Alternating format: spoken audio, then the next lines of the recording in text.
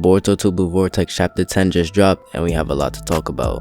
In the last chapter, we got to see Jura interact with Team 10 after finding out that Himawari was the one he was tracking down through the 9-tails chakra inside. He attacks the team while holding back significantly, even shows respect for their teamwork and efforts, but warns them that if they keep pressing on when he wants just Himawari, he'll have no choice but to attack back. We see in Boruto in what looks to be a Orochimaru hideout with Kashinkoji, and he tells Boruto that the Shinju have made their move. Boruto puts on his cloak and teleports to Konoha, but as soon as he gets there, he's of course greeted by Kawaki along with Delta. Boruto and Kawaki get into it a little, with Boruto showing Kawaki the difference between the two now. Kawaki activates his karma, making their karmas resonate, and we see that Boruto can't control his karma at all now. Kashinkoji says that he needs to put distance between him and Kawaki or Boruto will just end up losing control, so Boruto has no choice but to fly away and lay low for a while. We cut back to Jura and Team 10 and we see that Team 10 is able to get away for now. Hidari asks Jura if it's okay to let them get away, but Jura admires the fact that they intend to keep resisting even though they know they don't stand a chance against him. He says something is driving them past their own survival instincts, and whatever that something is will be crucial information for them as well. As Team 10 is trying to create space between them and the Shinju, we see Himawari enter her mindscape where we usually see the Jinchuriki interact with the tailed beast. Himawari wonders where she is, but we see Kurama show up behind her saying he can't believe Ten-Tails sniffed him out. He asks Himawari if she knows who he is, and Himawari responds questioning if it's Nine-Tails, and that's exactly where the last chapter leaves off. Before we get started, be sure to like the video, comment on some video ideas I can cover in the future, and subscribe with post notifications on so you don't miss when I upload another video. The chapter starts out with Jura saying that Team 10 knows they can't outrun them and thinks that they're trying to move the battle away from the village so that they don't harm it. We see Konohamaru and other Konoha shinobi come to the scene, with Konohamaru confirming the trespassers to Shikamaru. Shikamaru tells Konohamaru to relax and that Team 10 is alright, and that they've taken Himawari and are leading the trespassers away. He says it's unclear why the duo is targeting Himawari, which is news to Kawaki, and we then see Boruto huffing and puffing due to karma. Shikamaru tells Kawaki to forget about Boruto and head to the battlefield since they're enemies with Boruto as well and they can't use his strength. But Kawaki tells Shikamaru that if Himawari was in danger, then he should have led with that earlier. We cut back to Boruto as we see karma still activated, and it seems like Boruto is having trouble suppressing Momoshiki. Shikamaru asks if Boruto is okay, and Boruto replies saying he has no worries and that he just needs a little break, as the Toad and Boruto look suspiciously worried. We see Hidari asking Jura why the other Konoha shinobi are deciding to interfere with them, but Jura just tells him to ask them himself and he'll go after Himawari. Hidari walks up to Konohamaru and says that he's noisy and asks him what business they have with him and Jura. A nameless shinobi tells Hidari that he clearly doesn't know where he is, as Konohamaru starts to question why he doesn't see Sasuke if the sentry unit said that he's one of the trespassers. The sentry unit tells them that there's no mistake and that the one in front of them matches Sasuke Uchiha, as we see Hidari telling them to answer his question. We then see Sarada calling out for Konohamaru and asking if they're okay, as we see Hidari lock onto Sarada and attack her from behind using the Chidori, which Sarada dodges and counterattacks with her own Chidori, ripping into his ribs. She then notices the jutsu that was used on her and wonders who this person is because the only person that can use that jutsu is Sarada and her father. We then cut back to Kurama and Himawari, with Kurama introducing himself, and Himawari notices that this is the same Nine-Tails that was inside her dad. She asks where they are, with Kurama telling her that they're speaking mind to mind and that they're not really anywhere because them two are a single soul and body. In real time, Himawari is passed out with Team 10 shaking her and wondering what's going on, but we then see Jura approaching them in the distance. We cut back to Himawari and Kurama again, as Himawari is asking what's going on, as Kurama says that his previous self coexisted with her father, but in the midst of battle his life had run out. But he tells Himawari that death isn't eternal for the Bijou and that even if their soul perishes over time, a kernel will sprout somewhere and they'll come back to life. He says no one knows how long it will take or where it might sprout, especially not that it would sprout inside his daughter. He tells Himawari that she might have been born with a sliver of his chakra, or maybe it was just her destiny brought by the blood inside of her. He says since it's already happened, what's most important is that they accept the circumstances and move on, as Himawari responds by introducing herself to Kurama. We see Himawari wake up with Jura still chasing them, and she tells Kurama to do something. Jura shoots a Bijou bomb at their wing to make them crash, but they're saved by Chocho expanding herself to stick make the landing. Jura compliments their teamwork again and wishes that he didn't have to dispose of them, but he says it can't be helped and that they chose their fate. As Himawari keeps screaming for Kurama's help, he tells her that it's only up to her of what she makes of his power and that she needs to stop being a brat. He says that he can sense that her chakra has a high affinity with his, and even more than his predecessors, even more than Naruto. So she needs to get rid of any foolish preconceived bias and believe in herself before anything. Himawari then attacks Jura, but Jura just snaps her leg and throws her on the ground, with Inojin then attacking him, but it fails miserably.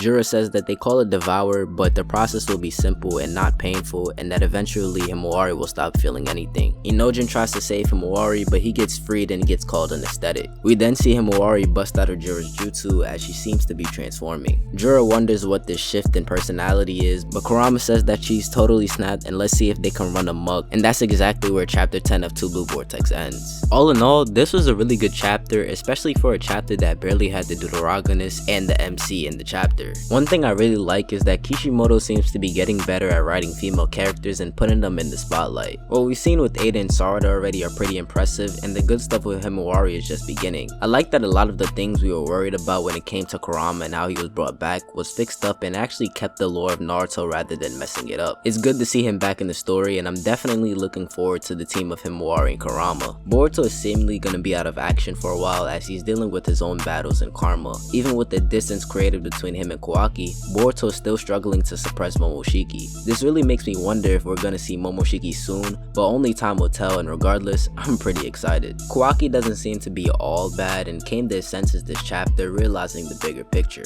It's not surprising that he cares for Himawari more than a lot of people in the village, and that he would want to make sure she's safe, but I just find it a little weird that he didn't think these trespassers would be a threat to Himawari either way. Even if they weren't targeting Himawari herself, she's still in the village and can end up being in the crossfire. He also just got knocked out by Jura, and although he thinks of Boruto as just as much or even maybe a bigger threat because of Momoshiki, he still has to realize the difference between Momoshiki and Boruto, and that Boruto's only a threat if he switches with Momoshiki. A very possible outcome, but it's not like Boruto himself is a bad guy, and these Shinju are obviously extremely powerful. Kawaki is definitely flawed as every character is, so he's not going to make the perfect decisions most of the time, but he's definitely have to get his priorities straight. Sarada and Hidari's battle is just beginning, and I can't wait to see how things turn out. It feels like we're getting close to seeing Sarada's MS abilities, and I know we're all wondering what they could be. Even more than that though, I'm really interested in the narrative that's going to come out of this fight. I definitely think we're going to see great character development from Sarada and maybe even Hidari as well. These Shinju are monsters, but they also have a conscience and are based off actual humans siphoning their chakra.